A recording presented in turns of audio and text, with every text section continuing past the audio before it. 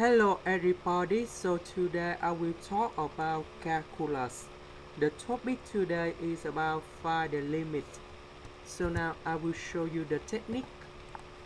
We know that sin x in this situation we can put about x minus x to the power of 3 over 3 factorial plus x to the power of 5 over 5 factorial minus and so on.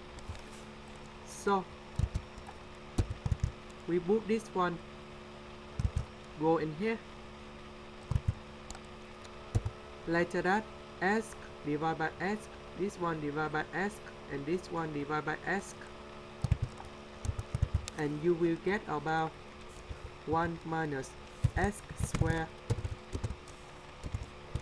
over 3 factorial plus x to the power of 4 over 5 factorial and so on.